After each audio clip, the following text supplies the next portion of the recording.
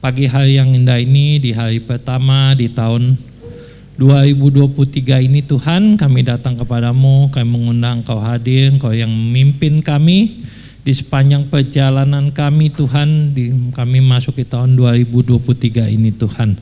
Kami tahu Tuhan bahwa di luar Tuhan kami tidak mampu berjalan untuk sendiri Tuhan. Sebab itu sebelum kami memulai tahun kami yang baru ini, kami mau mengundang Tuhan, Kau hadir yang menyertai dan memimpin sepanjang kehidupan kami. Terima kasih Tuhan Yesus. Sekarang Tuhan kami akan mendengarkan belajar dari firman-Mu. Tuhan berkati firman-Mu, biar firman-Mu boleh tertanam simpan dalam hati kami, boleh bertumbuh dan berbuah-buah Tuhan kami lakukan dalam kehidupan kami. Terima kasih Tuhan Yesus, dalam nama Yesus kami berdoa. Haleluya. Amin. Amin. Baik Bapak Ibu, sudah kasih dalam Tuhan. Silakan duduk. Ya, selamat Natal, selamat tahun baru buat Bapak Ibu ya. Nggak terasa sekarang kita sudah berada di awal ya, hari pertama tahun 2023. Ya, tadi udah dikatakan oleh pemimpin pujian, katanya tahun ini emang menjadi tahun yang semua orang banyak ya mengatakan wah 2023 tahun susah, tahun akan krisis ya. Jadi kita mesti usaha, kerja keras, mesti ngumpulin uang, nyimpen uang tunai, jangan beli-beli properti karena nanti kalau saat butuh susah jualnya karena orang lagi butuh duit semua ya. Saudara, kita tahu di Alkitab pun juga sudah mengatakan dari dulu sejak Alkitab ditulis keadaan itu tidak semakin baik, makin tahun makin berjalan akan semakin sulit ya. Jadi kalau orang bilang seperti itu, kita tinggal bilang apa di Alkitab juga udah dibilang dari dulu begitu, keadaan gak semakin baik. Tapi kita percaya bahwa walaupun keadaan bagaimanapun, tapi kita tetap percaya kita punya Tuhan yang besar. Amin saudara. Kita percaya hari ini kita mau belajar dari salah satu tokoh Alkitab sebelum kita memasuki tahun 2023. Ya, di depan udah Bapak Ibu lihat ya slide-nya soal kisah Ishak di negeri orang Filistin. Kita akan belajar dari Ishak. Ya, itu ada ayat dari Kejadian 26 ayat 1 sampai 35, ayatnya cukup panjang. Jadi kita nggak usah baca semua. Kita baca sebagian-sebagian aja. Baik, yang pertama kita baca dulu aja ayat 1 sampai 13. Ya, jadi nanti kita akan baca bergantian, saya baca ayat ganjil, Bapak Ibu Saudara baca ayat genap ya, baik yang hadir di gereja maupun yang ikut melalui Zoom, bisa Bapak Ibu baca ayat genap. Ya, kita mulai. Ishak di negeri orang Filistin. Maka timbullah kelaparan di negeri itu. Ini bukan kelaparan yang pertama yang telah terjadi dalam zaman Abraham. Sebab itu Ishak pergi ke Gerar kepada Abimelek, raja orang Filistin.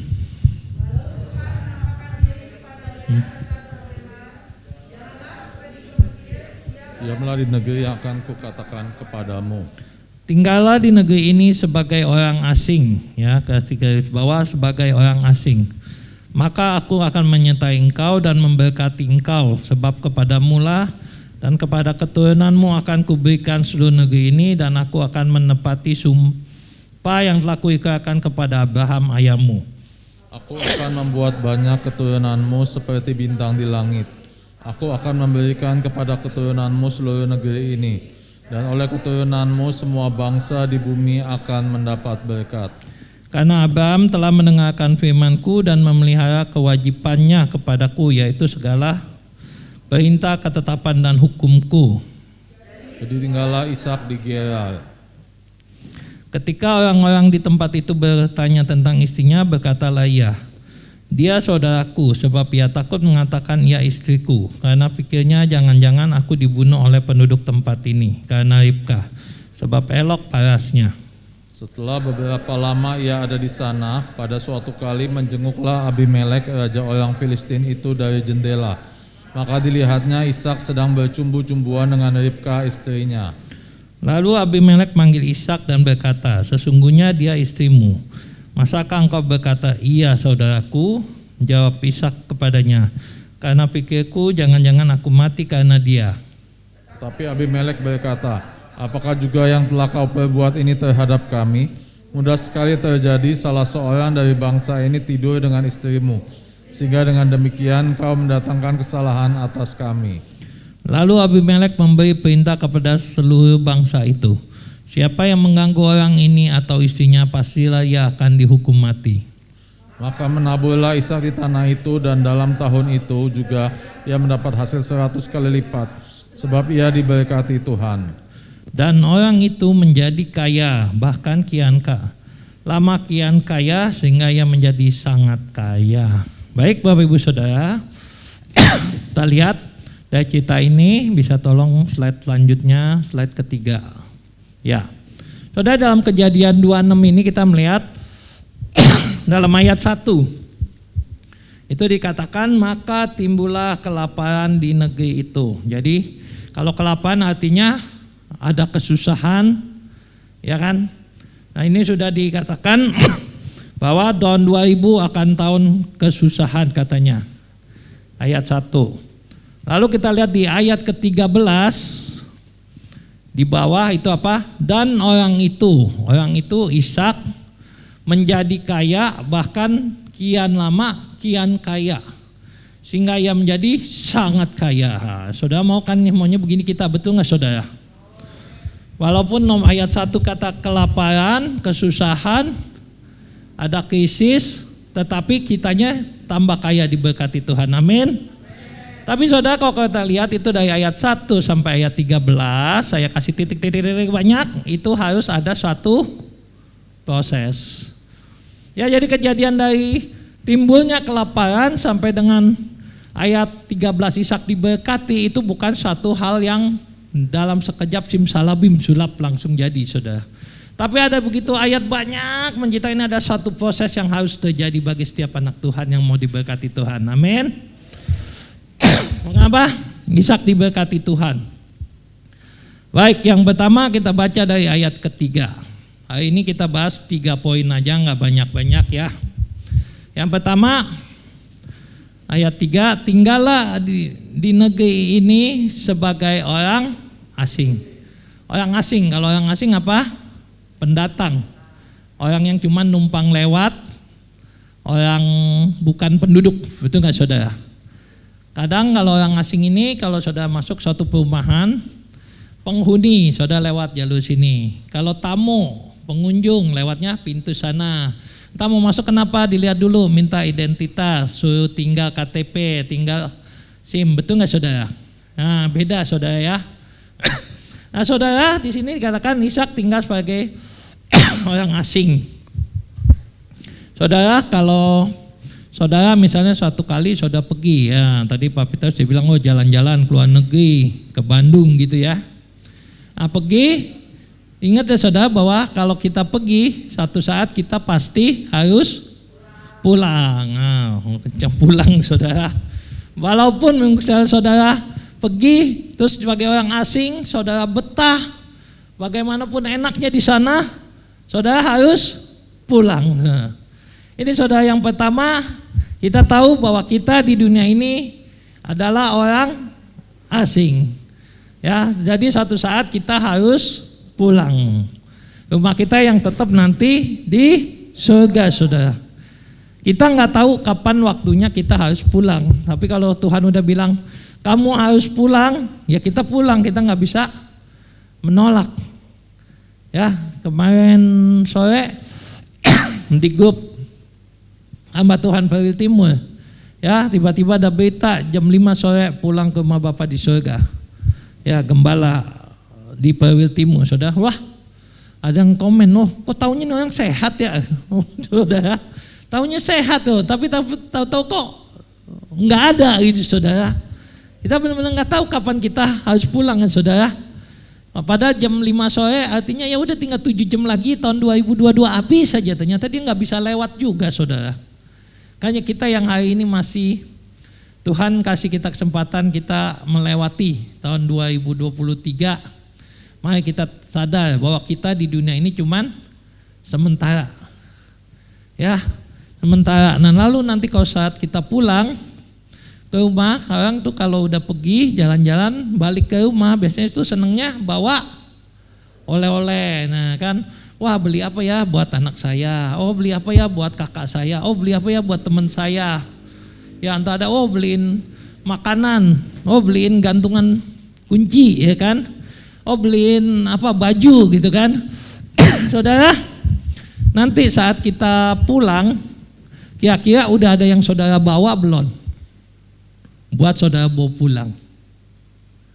Atau saudara kalau pergi jalan-jalan, kesenangan, keasikan, wah jalan-jalan ke tempat ini, oh jalan-jalan ke tempat sini, wah sampai asik gitu, sampai akhirnya nikmatin beli makanan ini, kuliner ke sini, dicari semua makanan yang terkenal dari daerah itu apa, tempat wisatanya yang paling enak dari daerah itu apa, dicari, dikejain, sampai akhirnya pada waktu pulang, udah mau waktunya pulang, iya lupa ya belum beli oleh-oleh buat si Dede, belum beli oleh-oleh buat anaknya, belum beli oleh-oleh ini buat orang kantor.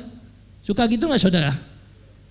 Nah saudara, saya mau pesan kita hari ini, kita orang asing. Nanti saat kita pulang, itu ada nggak yang udah kita siapin buat kita bawa pulang? Jangan kita terlalu asik di dunia dengan urusan-urusan dunia, dengan kesenangan-kesenangan dunia, sehingga akhirnya tiba-tiba Tuhan suruh pulang, wah udah waktunya pulang. Tapi ternyata Tuhan, saya belum punya apa-apa yang bisa saya bawa pulang, saudara. Saudara, pada waktu tahun lalu Juli yang Delta saya sempat kena. Nah karena kena itu saya isoman di rumah. Nah karena isoman di rumah dan saya tahu bahwa Delta itu kan banyak banget yang kena dan banyak yang meninggal, saudara. Pada waktu itu Tuhan juga ingetin saya, makanya ini saya ingetin buat saudara semua bahwa sewaktu-waktu saya juga bisa dipanggil Tuhan pulang, saudara. Ya kan, saya pikir aduh Tuhan kalau saya sampai meninggal karena COVID, wah gimana gitu. Nah maka itulah akhirnya saya yang membuat Tuhan berpikir bahwa kita nih sewaktu-waktu bisa pulang, dan kalau pulang kita mesti ada sesuatu yang kita bawa, saudara. Ada sesuatu yang udah kita tanggung jawabkan kepada Tuhan ya. Bagaimana dengan pelayanan kita, bagaimana dengan pekerjaan kita, apakah sama ini kita cuman di dunia hidup cuman buat senang-senang aja, buat nyenengin diri sendiri gitu, atau kita emang bekerja sesuatu untuk Tuhan, memberikan sesuatu untuk Tuhan yang nanti pada saat pulang kita bisa bawa pulang. Ya saudara, yang pertama itu tinggal sebagai orang asing. Yang kedua adalah ayat 12 ya, ayat 12. Maka menaburlah Ishak di tanah itu, dalam tahun itu juga ia mendapatkan hasil 100 kali lipat sebab ia diberkati Tuhan. Saudara, yang kedua prosesnya setelah Ishak tinggal tanah asing, di tanah asing itu ternyata Ishak enggak diam-diam. Ya. Ishak mulai menabur. Nah ini saudara, menabur. Semua bilang menabur. Menabur gitu. Saudara kalau ditanya, ya, saudara itu lebih senang menabur atau lebih senang menuai? Menuai. Nah sekarang antara menabur dan menuai itu mana lebih dulu? Menabur dulu atau menuai dulu? Menabur dulu. Jadi kita menabur terus kita menuai. Kalau saudara menuai, saudara nggak pernah menabur terus saudara menuai, artinya apa? Artinya yang saudara tuai ini hasil taburannya orang lain, saudara. Nah ini saudara, jadi saya tanya jangan sampai nanti saudara menuai, tapi saudara nggak pernah menabur. Artinya yang saudara tuai itu adalah hasil taburan orang lain, saudara. Ada saudara mungkin kadang lihat, orang kok enak ya. Kadang lagi butuh apa, butuh uang. Terus tahu berdoa. Dapat, orang kasih. Lagi butuh uang buat anak sekolah. Tahu berdoa, Tuhan kasih. Lagi butuh uang, pengen bayar kontrakan rumah. Tahu orang kasih. Nah, kadang kita ngelihat orang ada yang seperti itu, saudara. Mungkin berdoa, Tuhan kasih, Tuhan siapin. Tapi maksudnya kita nggak tahu apakah orang ini dulunya sebelumnya mereka sudah menabur. Nah ini waktunya menuai, saudara. Nah saudara juga dalam hidup kita. Walaupun Ishak ya, kita lihat Ishak tadi, walaupun dia di negeri orang, di negara asing sebagai pendatang, tapi Ishak tetap dia menabur dulu, saudara.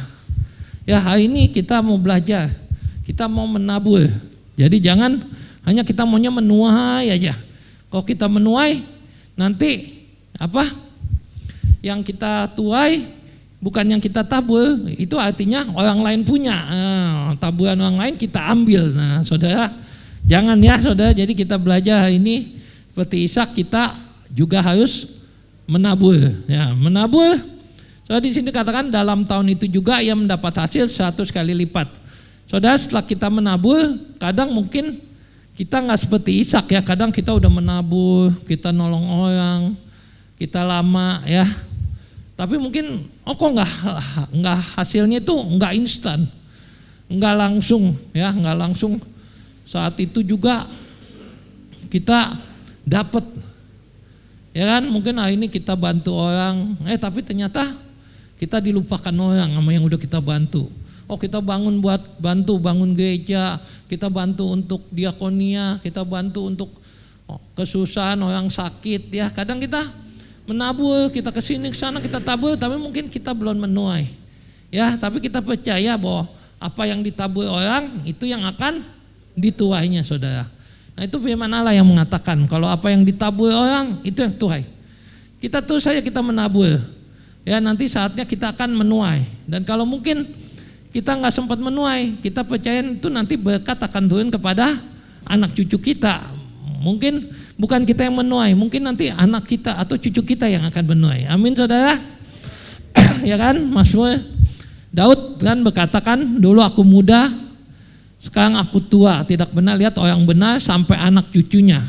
Nah, mungkin kita lihat orang benar menabur, nah nanti anak cucunya inilah yang akan menuai. Sebab itu saudara, kalau kita mau anak cucu kita terus diberkati Tuhan, ya kita terus tabur. Mungkin nanti kita nggak menuai, tapi mungkin anak kita atau cucu kita yang akan menuai. Amin, saudara. Amin. Mari kita terus kita menabur. Lalu lanjut, yang ketiga adalah terus bekerja. Bekerja terus ya, dalam ayat 18 sampai 22. Mungkin ada yang bisa bacain ayat 18 sampai 22.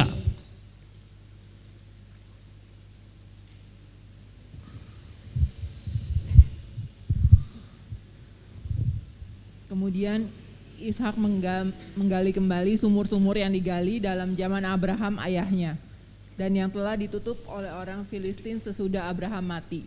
Disebutkannya nama sumur-sumur itu menurut nama-nama yang telah diberikan oleh ayahnya. Ketika hamba-hamba Ishak menggali di lembah itu, mereka mendapati di situ mata air yang berbual-bual airnya. Lalu bertengkarlah para gembala Gerar dengan para gembala Ishak.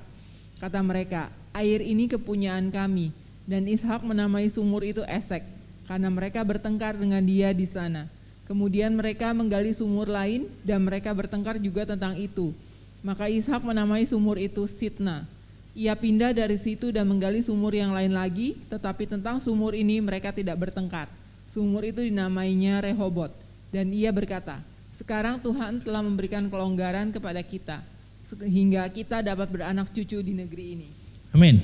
Ya, saudara, yang ketiga ada kita walaupun nanti 2023 kita akan masuk Yesus, tapi kita terus kerja. Ya, dari Ishak kita lihat bahwa Ishak dia menggali sumur. Dan pada waktu gali sumur pertama ternyata sumurnya bermasalah, ya kan? Lalu gali kedua lagi, wah masalah lagi, ya kan? Sampai terus dia gali, akhirnya dia berhasil. Ya, dalam kerja mungkin kita nggak sekali apa yang kita kerjakan langsung berhasil, ya kan? Saudara mau berusaha, saudara mau kerja, ya kan? Saudara mau ngelamar kerja, saudara lama itu kata orang mungkin berapa kali ngelamar, ya kan? Sekali belum diterima, 2 kali belum diterima, 3 kali. Tapi terus selama kirim lamaran sebanyak-banyaknya gitu kan. Nanti mungkin yang diterima mungkin udah surat lamaran ke-10 atau ke-20, kita nggak tahu gitu saudara ya. Atau saudara mungkin saudara yang berusaha ya, saudara dagang, jualan. Mungkin pertama saudara jualan, kok sepi, saudara usaha lagi, mungkin ganti jualan. Atau saudara mungkin ganti tempat ya, saudara pindah tempat. Nah, mungkin nggak langsung berhasil saudara. Tapi yang penting firman bilang terus kerjakan ya, kayak Ishak terus dia kerja terus. Atau saudara mungkin yang pengen usaha apa, masak ya, ibu-ibu yang demen masak. Mungkin masak nggak sekali, masak, langsung jadi enak biasanya. Kok rasanya kayaknya kurang manis, oh kurang asin, oh kurang kurang empuk ya, masih kekerasan apa. Nah biasanya ibu kan harus berkali-kali gitu saudara. Nah itu saudara, bahwa dalam hidup pun kita membutuhkan suatu ketekunan untuk kita terus tetap bekerja terus.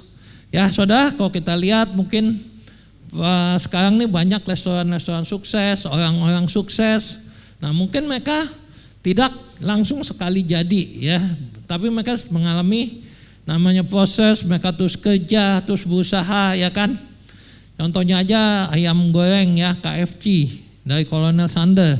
Dia terus coba resep lagi, coba lagi sampai berkali-kali saudara, dan dia itu tidak berhenti. Wah pada saat dia gagal, udah nggak usah bikin lagi karena emang nggak bisa gitu ya, enggak saudara ya. Tapi dia berusaha terus sampai akhirnya sekarang dia ada terkenal di mana-mana ya. Malah anak-anak kecil sekarang tuh banyak rata-rata taunya makan ayam goreng gitu ya. Padahal di balik itu dia berusaha terus ya. Mungkin kalau baru tengah-tengah umpama 1000 kali dia coba baru berhasil. Kalau di 900 kali aja dia coba, udah 900 kali coba ternyata nggak berhasil juga, udah dia malas terusin. Nah sekarang kita nggak ada itu yang namanya, kita anak-anak kecil, mungkin orang tua juga suka ya kan, untuk bisa makan gitu. Tapi karena ada orang yang terus bekerja ya, walaupun mengalami kegagalan terus bekerja, terus berusaha, terus sampai akhirnya makanya itu saat ini kita bisa menikmati ya ayam goreng yang enak di mana-mana gitu ya. Nah itu saudara, sebagai anak Tuhan di sini juga ya, untuk selanjutnya adalah kita terus bekerja. Jangan kita patah semangat, jangan setengah keadaan susah udah jadi diem aja nggak berani kerja apa-apa. Nah kadang banyak orang mungkin pikirnya seperti itu. Kita punya uang pas-pasan, modal pas-pasan, kalau mau usaha kadang usaha apa nggak tahu, mau coba kadang mungkin kita ragu-ragu, entar modal yang terbatas tahu-tahu nanti malah habis gitu kan saudara. Nah kadang orang suka begitu saudara, jadi mereka ya udah akhirnya nggak buat apa-apa gitu ya. Tapi di sini dikatakan oleh firman Tuhan bahwa Ishak itu terus menggali ya, sumur-sumur dia gali-gali sampai akhirnya dia berhasil saudara ya. Yang bernamanya saudara, baiklah saudara, firman Tuhan siang ini ada 3 poin bagaimana kita di dalam kita menghadapi tahun 2023 ya, yang kata orang ini tahun yang mungkin sulit, tahun yang masa, tapi kita pegang firman Tuhan, kita percaya bahwa di tahun ini kita boleh masa hidup sebagai orang asing, yaitu kita boleh mempersiapkan sesuatu yang nanti saatnya kalau kita harus pulang bisa kita bawa pulang. Ya, yang kedua adalah kita terus menabur ya, jangan berhenti menabur di tahun 2023. Dan yang ketiga adalah terus kita bekerja ya, Ishak terus bekerja terus sampai kita berhasil. Ya, demikian firman Tuhan. Saya nggak panjangkan, demikian firman Tuhan. Baik Bapak Ibu Saudara, sebelum kita masuk dalam tahun 2003 seperti biasa nanti saya akan berdoa buat Bapak Ibu Saudara. Nanti Bapak Ibu Saudara boleh satu persatu maju ke depan ya, maju ke depan untuk saya doakan. Nanti setelah doa nanti Saudara ambil ayat awal tahun ya. Jadi masing-masing setelah doakan boleh ngambil ayat, maju satu persatu. Ya sebelumnya kita naik dulu satu pujian.